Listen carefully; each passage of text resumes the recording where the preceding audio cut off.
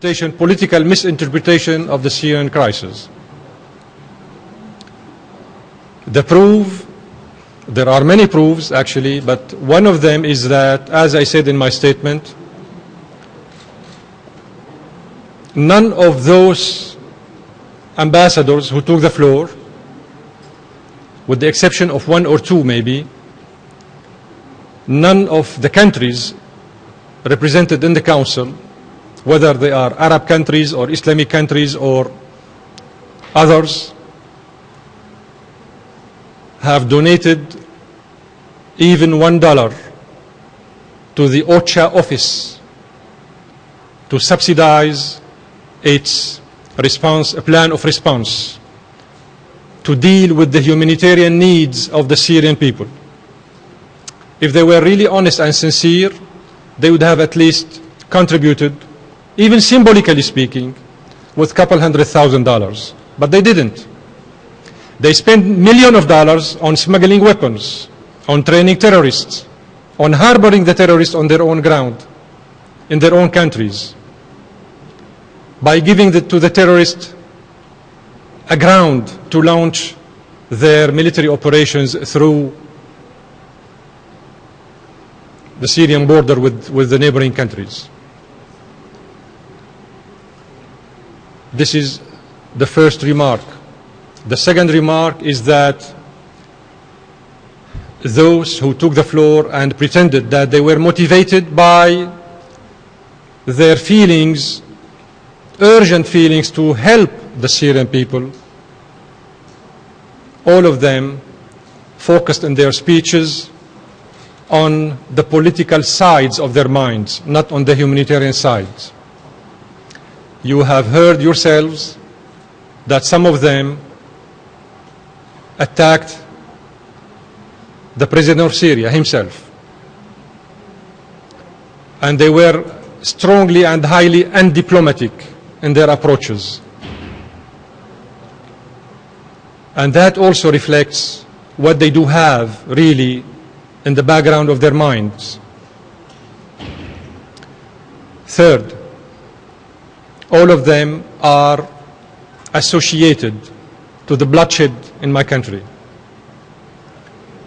All of them have hidden agendas to destabilize Syria and to continue this bloodshed taking place in my country. Yes, ladies and gentlemen, we do have a humanitarian crisis. We are not negating this aspect of the crisis.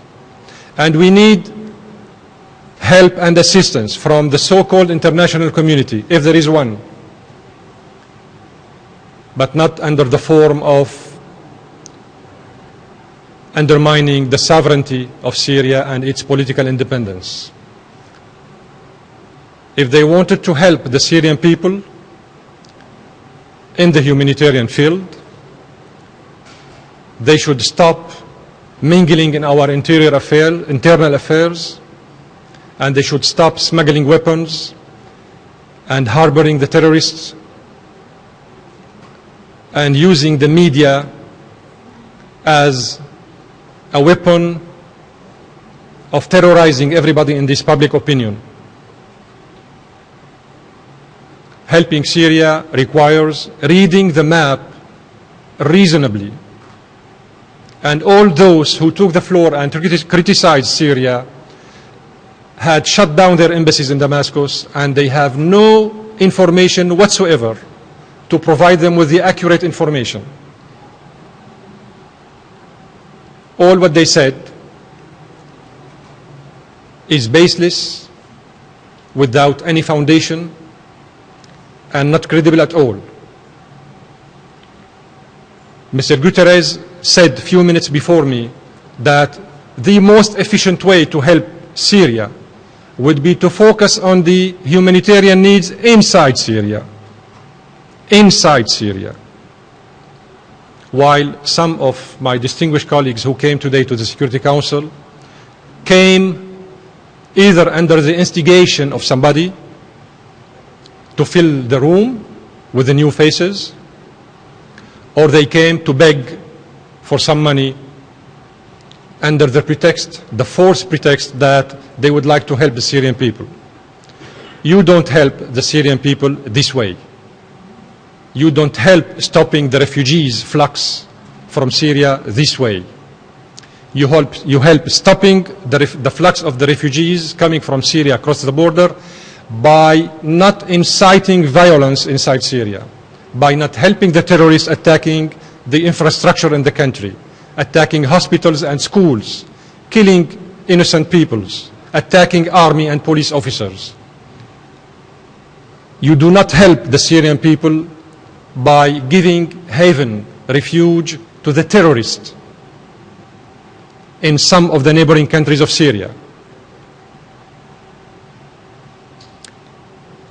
When we talked about this ship coming from Libya with weapons to be smuggled across the Lebanese-Syrian border,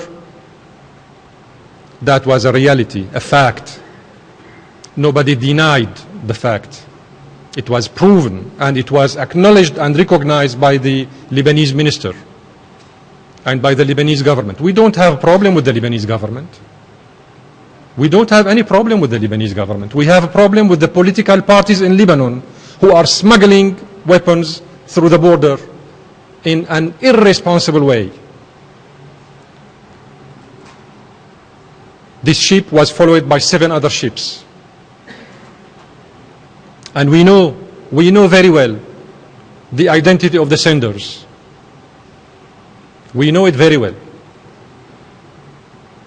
So when we raised this issue, it wasn't about criticizing the Lebanese government.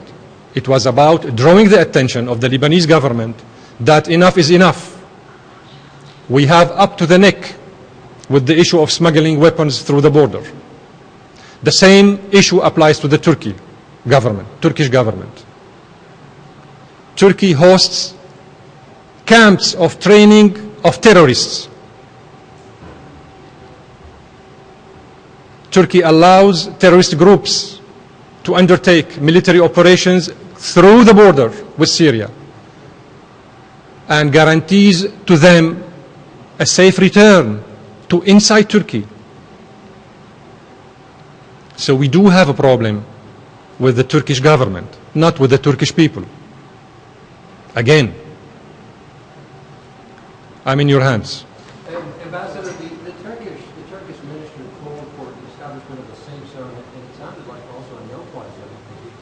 He called for somebody to stop the aerial bombardments and the civilians. Now, obviously, the opposition doesn't fly a plane, so that would mean stopping your airport. I would urge him to establish whatever he wants within Turkey itself. تحدث السفير الوزير اللبناني السيد وائل الطاعون تحدث عن 7 سفن وهمية أنتم ذكرتموها في كلمتكم. هل هي فعلا وهمية وما هو ردكم على ذلك؟